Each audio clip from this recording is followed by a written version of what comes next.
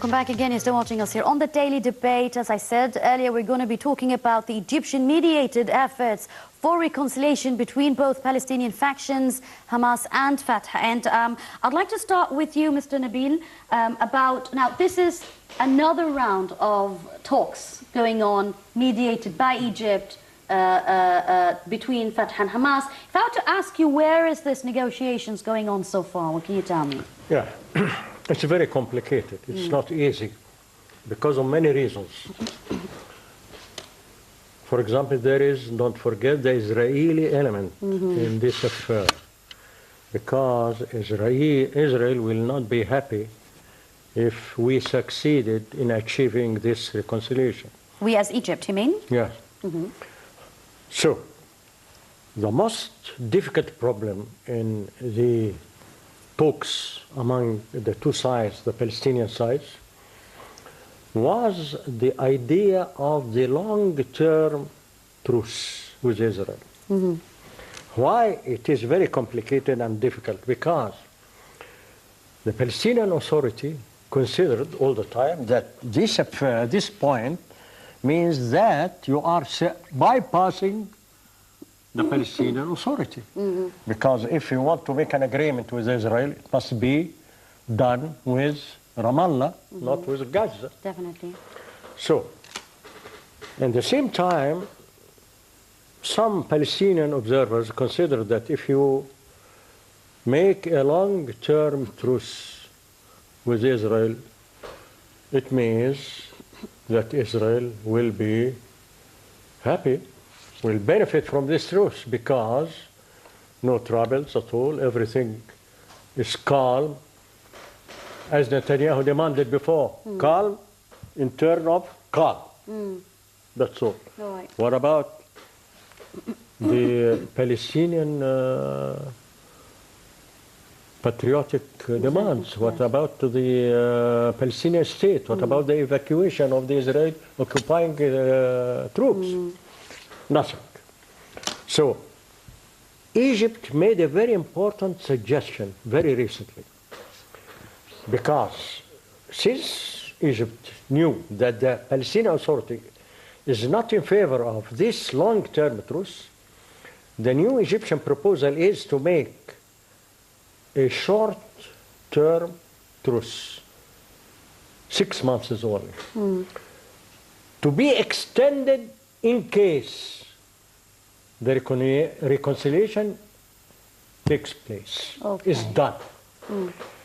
And, of course, there are no guarantees from the Hamas side that they will not go ahead with this truce forever.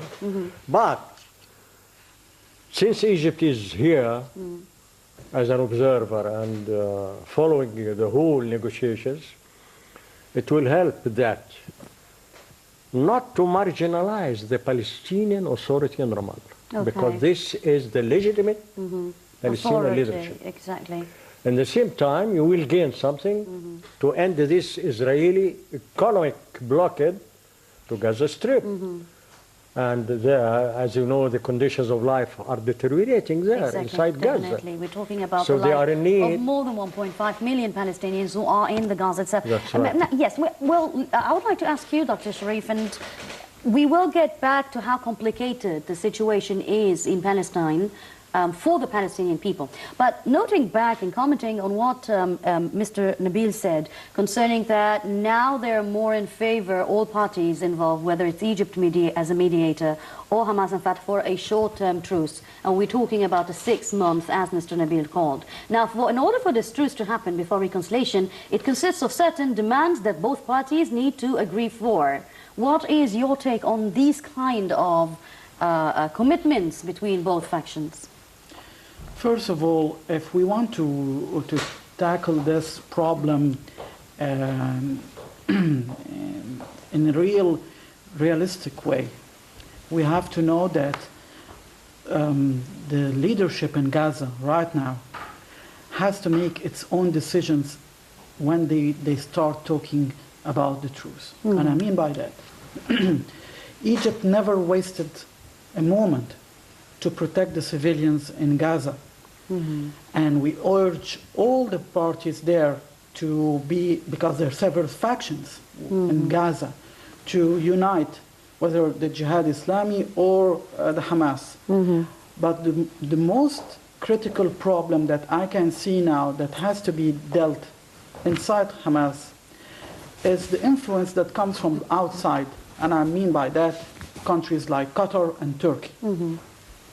We heard 2 days ago, before a week ago, before the escalation between Israel and the Hamas, that Qatar sent $250 million to Gaza. And the problem now is that every time we sit as Egyptians with the Hamas, we make them understand that we really care for the future and the security of the population there. And then they switch and they listen to other influence from Qatar and Turkey. The main problem has to be dealt from here, is they have to take the decision that Egypt, yes, it's the big brother here. And we care for them, and we don't demand any exchanges for that, because who are paying the price? The people. Definitely. Well, we will, of course, talk about other interference within the internal Palestinian affairs, whether it is countries like Russia mediating or asking for that kind of role, or even the role Qatar and Turkey are playing. But I still want to talk about the truce itself. Now, Mr. Nabil, 2 months ago, there were indirect talks for reconciliation mediated by Egypt. It doesn't seem that much has happened since then. And then they met again a couple of days ago. What do you think is hindering that? I know it's complicated, but what is the main obstacle of complication? Is it Hamas wanting to have political powers and interfering with the Palestinian Authority? Is it Hamas having a different strategy when it comes with dealing with the so-called enemy of Israel who are invading the land? Where is the obstacle exactly? The main obstacle is the following, frankly speaking. Definitely. Abbas, I mean the Palestinian Authority, wants to take over all things in Gaza, for example, and mainly the arms. Because, as you know, there are militias there in Gaza, and some of them are irresponsible. Maybe they take decisions and they attack even without even permission from Hamas itself, because there are al-Jihad, al-Islam, and so on, militias. And who is paying the price of that?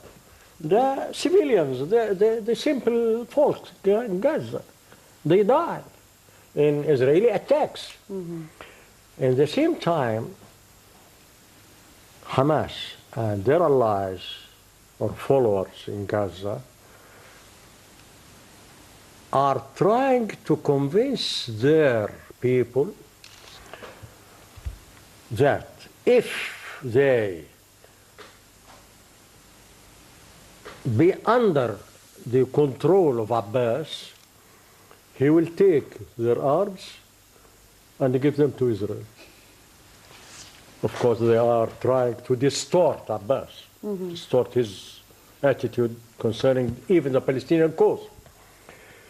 All what Abbas needs, if we will be one entity, the West Bank and Gaza Strip, everything must be under the control of the Palestinian government. Till now, Hamas doesn't agree with that. They want some exceptions for their own benefit. Am I right?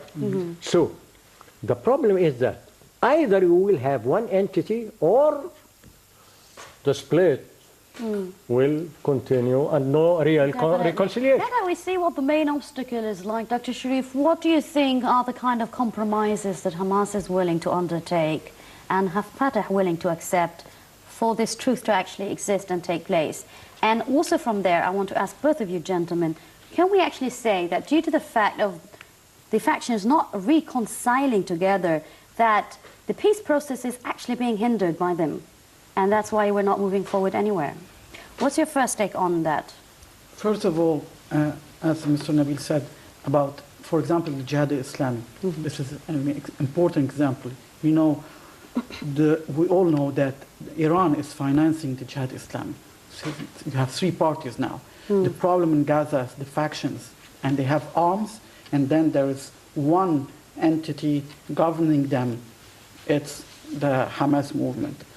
When you say about compromises, you have to have people who are ready to see that there is danger for the Palestinians there, and they should act for that. We haven't seen it yet. And we have many countries. I will talk about Egypt now. Look, why we are fighting for the protection of the people there? Because we know whenever there will be an escalation, the fingers will be pointed on Egypt that we didn't open the borders, as they used to say always, and that we are causing the humanitarian problems. All these lies will be said against Egypt, although we are the ones who are opening the borders all the time to take people to hospitals. But when we see that other countries like Iran, Qatar, and Turkey are influencing the decision, I cannot talk about compromises. I cannot see it. They got the message from the beginning. You have to be unified. What Israel is benefiting now from is that there is two entities for the Palestinians, and there is always a cause to the world that there is terrorism, as they say, and there are missiles. And every time Egypt intervenes and protects the civilians there. I want to give you an example. Where is the leadership of Hamas lately in the latest problem, the latest escalation? We have seen from the Israeli side, Benjamin Netanyahu, the prime minister, spoke to the people. Avigdor Lieberman got very angry and resigned. And resigned. Where was Ismail Haniyeh? We didn't see him. I doubt even if he was in Gaza, why he didn't speak to his people eye to eye, heart to heart. It was Egypt who intervened.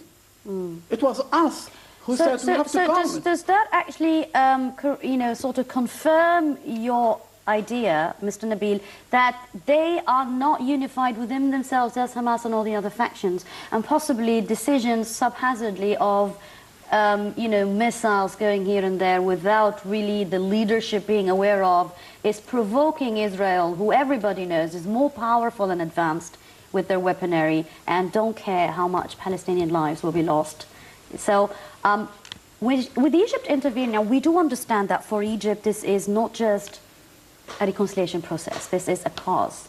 It's the Palestinian cause, it is the Arab cause. So from here again I want to stress on the point, what kind of paper document did Egypt bring in for both sides to sit and discuss and negotiate now in the recent visit? As you know, first of all, Egypt gave Gaza fuel when Israel stopped giving them. And we helped the main station of electricity there to operate again. Second, we are trying since some time to convince the leaders of Hamas that we are not against them, and we are taking an attitude which is in the middle between Ramallah and Gaza, to try to convince them to be more flexible. Flexible. Good. Yeah. All right. But let us talk about the so-called Great March of Return. I'm not against, by the way. And I'm not against any resistance by the Palestinians to the occupation. But must be studied before. Must be something which will benefit the Palestinian people. It has proved that provocation is not going to get you anywhere unless you sit and actually politically negotiate on a mature level. Don't make steps which will harm your people or make tens of them or hundreds die. I am not against resistance. We have seen the war in 2008, 2009, covered it personally. We learned even from, I want to remind, we learned even from Mao Zedong that to make a guerrilla warfare, you have to study first. What will you gain? Exactly. is the people outside will feel that you take a step forward or not. Will the people around you in the same country agree and be in favor of this guerrilla warfare or attack against the occupants, for example, or do not agree? So it's a science, not something like that. Exactly. That's the point. But Dr. Cherif, on the other hand, Hamas has been saying, well, we are facing, as the Palestinian issue, the challenge of the US-sponsored deal of the century. And then the talk suddenly just flipped over from benefits and clash of interest to the deal of the century.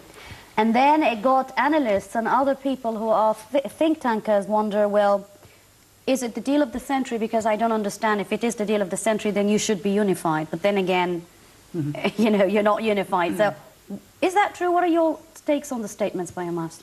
First of all, President Abdel Fattah al-Sisi said it. There is no such a thing called deal of the century.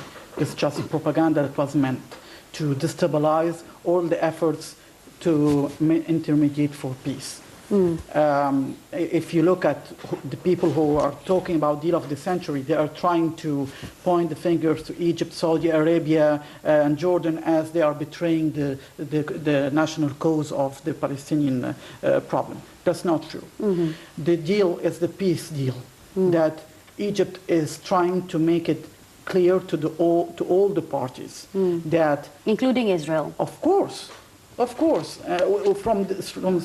1979 till 2018, we are having the same speech to all the parties.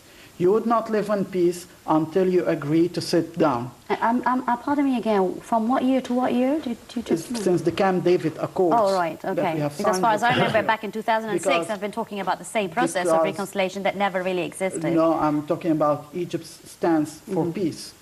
Because we were, everyone was saying that we have betrayed the cause, and time has proven that we were right and we had the vision.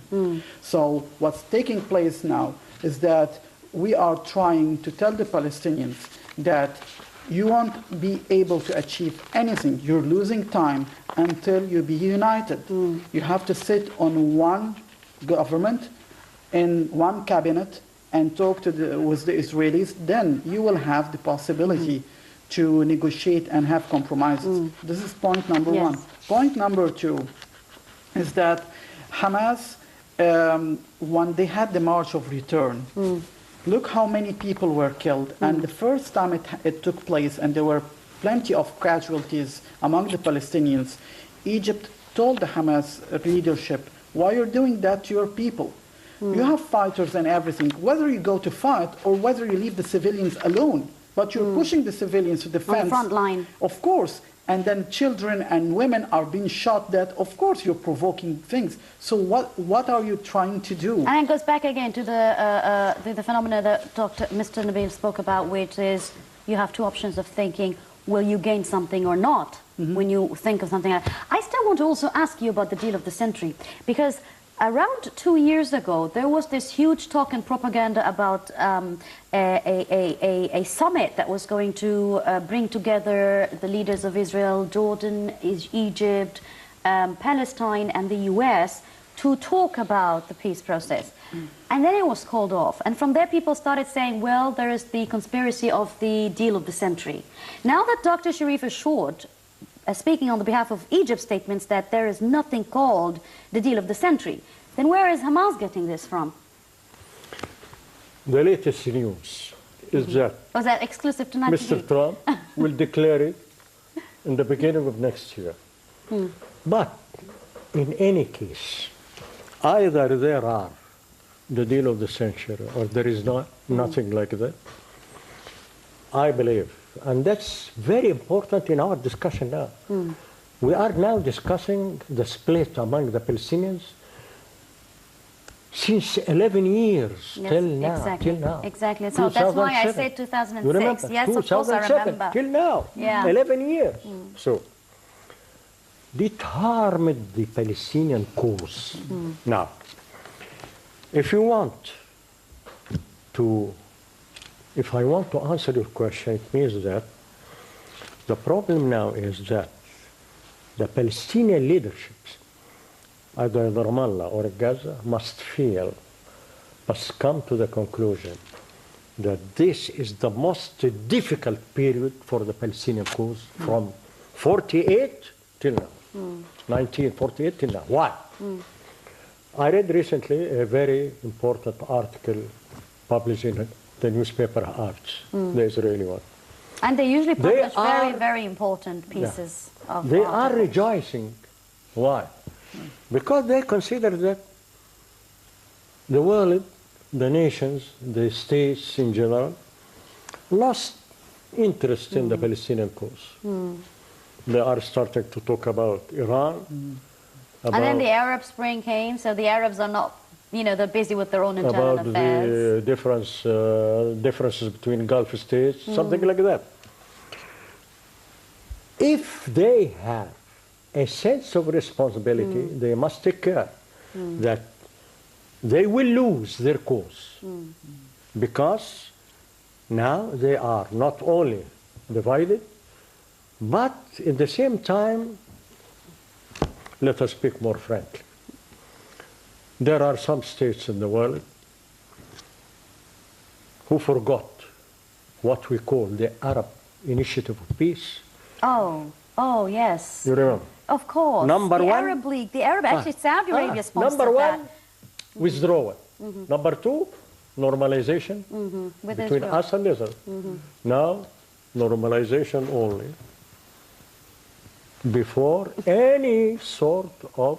So let's say it just consists of 6 points. Now we're very thankful that they just considered 1 point because we're busy deriving away We from the must cause. remind the world that there is a country, a member of the United Nations called Israel, occupying the Palestinian territories since, let us say, not to say 48, since 67. All right, yes. And they refused all the UN resolutions till now. And that there is another factor which is very, very dangerous for the Palestinian cause, that the United States of America now declare openly Jerusalem is the capital. taking the side of Israel, taking the side of occupation. And I want to remind you that there are 3 personalities which are very dangerous to the Palestinian cause. Mr. Kushner, Garit Kushner, Mr. Greenblatt, the envoy, U.S. envoy to the Middle East, and Friedman, the U.S. ambassador in Israel. All of them are extreme Zionists. All right. We're going to talk more about, of course, the other countries that are trying to mediate. And we also want to talk about the two-state solution, because that was also one of the conflict points between Hamas and Fatah. But let's take a look at the second report this evening.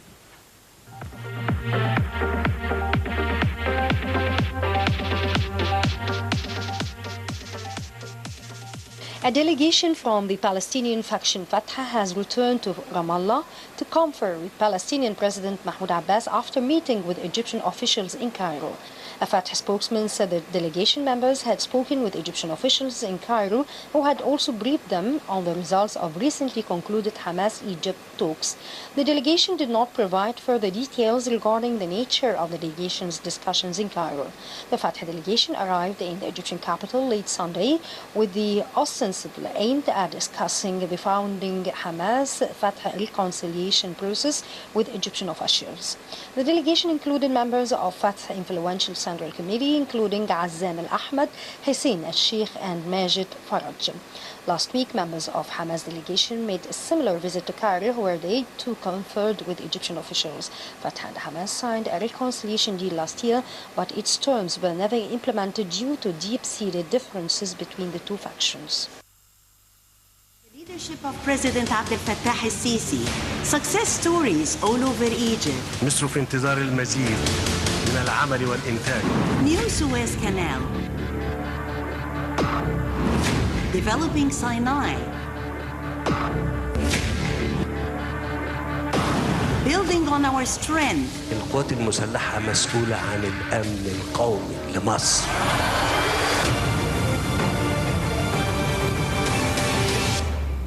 building new cities.